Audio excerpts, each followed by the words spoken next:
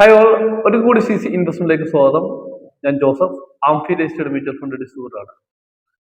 നമ്മൾ ഇന്ന് ഇവിടെ ഡിസ്കസ് ചെയ്യാൻ ഉദ്ദേശിക്കുന്ന ടോപ്പിക് എന്ന് വെച്ചാൽ മാസ വരുമാനം നമുക്ക് ഒന്നിനും തികയുന്നില്ല, അതിന് ഒരു എളുപ്പവഴി ഉണ്ടോ എന്നുള്ള സബ്ജക്റ്റാണ്. നമുക്കറിയാം, നമുക്ക് എല്ലാവർക്കും മാസത്തിന്റെ വരുമാനം ഉള്ളതാണ്. പക്ഷെ ഇത് കൃത്യമായിട്ട് നമ്മൾ മാനേജ് ചെയ്തില്ലെങ്കിൽ നമുക്ക് ഒന്നിനും തികയാത്ത ഒരു അവസ്ഥയാണ്. പല ഫ്രണ്ട്സും അല്ലെങ്കിൽ പല ഇൻവെസ്റ്റേഴ്സും നമ്മളോട് പറയാറുണ്ട്, ഞങ്ങൾക്ക് നീക്കി വെക്കാൻ ഒന്നും തികയുന്നില്ല ജോസഫേ, പിന്നെ എങ്ങനെയാണ് ഒരു ഇൻവെസ്റ്റ്മെന്റ് നമ്മൾ സ്റ്റാർട്ട് ചെയ്യുന്നത്. ഇപ്പൊ ഇത് ഇവർക്ക് വരുമാനം ഇല്ലാഞ്ഞിട്ടല്ല, അല്ലെങ്കിൽ വരുമാനം കൂടിയിട്ട് ഇൻവെസ്റ്റ് ചെയ്യുക എന്ന് പറയുന്ന ആൾക്കാരൊക്കെ.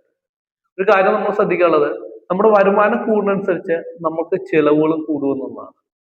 അപ്പോഴും നമ്മുടെ ഈ ഒരു മെന്റാലിറ്റി അല്ലെങ്കിൽ ഈ ഒരു ജീവിത ഇത് തന്നെയും നമ്മുടെ ഹയർ വരുമാനത്തിനും നമ്മൾ ഫോളോ ചെയ്യുള്ളൂ. അന്നും നമുക്കൊന്നും മാറ്റിവെക്കാൻ ഉണ്ടാവില്ല. അപ്പൊ ഇതിനായിട്ട് പല ടെക്നിക്സുകൾ അല്ലെങ്കിൽ പല റൂൾസുകൾ നമ്മൾ ഇന്ന് മാർക്കറ്റിൽ കാണാറുണ്ട്, അല്ലെങ്കിൽ ഫോളോ ചെയ്യുന്ന വിജയിക്കാറുണ്ട്. ഞാൻ ഇന്ന് ഇവിടെ ഡിസ്കസ് ചെയ്യാൻ ഉദ്ദേശിക്കുന്നത് 50-30-20 റേഷ്യോ ആണ്.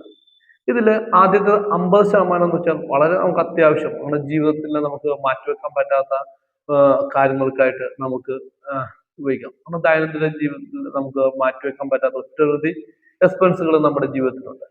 അതിൽ നമുക്ക് ഈ 50% നമുക്ക് യൂസ് ചെയ്യാൻ പറ്റും. ഇനി 30% എന്ന് വെച്ചാൽ നമുക്ക് ആഗ്രഹങ്ങളും വിനോദങ്ങളും ഒക്കെ ഉള്ളതാണ്. പിന്നെ ജീവിതത്തിൽ നമ്മൾ ഇന്ന് സ്പെൻഡിങ് നേച്ചറിലേക്ക് മാറി എന്നുള്ളതാണ്. അതായത് കോവിഡിന് ശേഷം പ്രത്യേകിച്ച് നമ്മൾ ഇൻവെസ്റ്റ്മെന്റിനോ അല്ലെങ്കിൽ സേവിങ്ങിനെ കൂടുതൽ കിട്ടുന്നത് നല്ല രീതിയിൽ ജീവിക്കുക, കാരണം ജീവിച്ചിരിക്കുമ്പോൾ നല്ല രീതിയിൽ ജീവിതം ആസ്വദിക്കുക എന്നുള്ള ആ ഒരു മെന്റാലിറ്റിയിലേക്ക് പ്രത്യേകിച്ച് യുവതലമുറകളൊക്കെ മാറി. എന്നാൽ ലോങ് ടൈമിൽ നോക്കുമ്പോൾ നമ്മൾ റിട്ടയർമെന്റ്, നമ്മുടെ ജീവിത ആയുരാരോഗ്യവും കൂടി വരികയാണ്. അവിടെ നമുക്ക് റിട്ടയർമെന്റ് ഫണ്ടിന്റെ ആവശ്യകത നമുക്ക് വരുന്നുണ്ട്. അപ്പോൾ ഇത് ഒരു 30% നമ്മൾ മാറ്റിവെക്കാം. ഇനി ബാലൻസ് വരുന്ന ഒരു 20% നമുക്ക് ഒരു ഇൻവെസ്റ്റ്മെന്റിന് അല്ലെങ്കിൽ ഫ്യൂച്ചർ ആവശ്യത്തിനായിട്ടൊക്കെ നമുക്ക് മാറ്റിവെക്കാം. പിന്നെ ഫ്യൂച്ചർ ആവശ്യം എന്ന് പറയുമ്പോൾ നമുക്ക് എമർജൻസി ഫണ്ട്, അതോടൊപ്പം തന്നെ നമ്മൾ ഒരു ഫിനാൻഷ്യൽ ഫ്രീഡത്തോടുകൂടി റിട്ടയർമെന്റ്, അല്ലെങ്കിൽ കുട്ടികളുടെ എഡ്യൂക്കേഷൻ, ലോങ് ടൈമിലേക്കുള്ള പല ആഗ്രഹങ്ങളും നമ്മുടെ ലൈഫിൽ ഉണ്ടെന്നുള്ളതാണ്. ഇവിടെ എമർജൻസി ഫണ്ട് എന്ന് പറയുമ്പോൾ നമ്മൾ അത്യാവശ്യം ആദ്യം ചെയ്യാനുള്ളത് ഒരു എമർജൻസി ഫണ്ട്. നമ്മുടെ വരുമാനത്തിന്റെ ഒരു 6 ടൈംസ്, ചില 6 മാസം വരുമാനം നമ്മൾ എമർജൻസി ഫണ്ടായിട്ട് കീപ്പ് ചെയ്യണം. ഇതിന്റെ പല ഗുണങ്ങളുണ്ട്.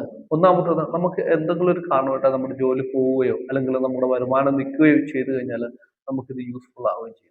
പ്രത്യേകിച്ച് ഇൻവെസ്റ്റ്മെന്റ് ഒക്കെ ചെയ്യുമ്പോൾ അതും ഡിസിപ്ലിനോടുകൂടി അല്ലെങ്കിൽ മുന്നോട്ട് കൊണ്ടുപോകുന്നതിന് ഈ എമർജൻസി ഫണ്ട് നമ്മളെ ഹെൽപ്പ് ചെയ്യുന്നു. എക്സാമ്പിൾ പറയുകയാണെങ്കിൽ, ഒരു മാസ വരുമാനം ഒരു 40,000 ഉള്ള ഒരു വ്യക്തിയെ സംബന്ധിച്ചിടത്തോളം 50%, 20,000 രൂപ അതിന് ദൈനംദിന ജീവിത ആവശ്യങ്ങൾക്കായിട്ട് മാറ്റിവെക്കാം. അതിൽ 30%, ഒരു 12,000 രൂപ ഏകദേശം നമുക്ക് ഞാൻ പറഞ്ഞ പോലെ വിനോദത്തിനും ആവശ്യങ്ങൾക്കായിട്ടൊക്കെ നമുക്ക് നീക്കിവെക്കാൻ സാധിക്കും. 20%, 8,000 രൂപ നമുക്ക് ഒരു ഇൻവെസ്റ്റ്മെന്റ് അല്ലെങ്കിൽ ഈ ഫ്യൂച്ചർ ആവശ്യത്തിന് വേണ്ടി ഞാൻ പറഞ്ഞ പോലെ റിട്ടയർമെന്റ്, അല്ലെങ്കിൽ കുട്ടികളുടെ എഡ്യൂക്കേഷൻ, എമർജൻസി ഫണ്ട്, ഇങ്ങനെയുള്ള കാര്യങ്ങൾക്കായിട്ട് നമുക്ക് വേണം. ഈ റൂൾസ് നമ്മുടെ ജീവിതത്തിലേക്ക് കൊണ്ടുവരുവാണെങ്കിൽ ലോങ് ടൈമിൽ ഒരു ഫിനാൻഷ്യൽ സെക്യൂരിറ്റി അല്ലെങ്കിൽ ഫിനാൻഷ്യൽ ഫ്രീഡത്തിലേക്ക് നയിക്കുന്ന രീതിയിലുള്ള ജീവിതത്തിലെ മാറ്റങ്ങൾ നമുക്ക് കാണാൻ സാധിക്കും. എല്ലാവർക്കും നല്ല രീതിയിലുള്ള ഒരു റൂൾസ് ഫോളോ ചെയ്ത് മാറ്റങ്ങൾ കൊണ്ടുവരാൻ സാധിക്കട്ടെ എന്ന് ആശംസിക്കുന്നു. Thanks for watching.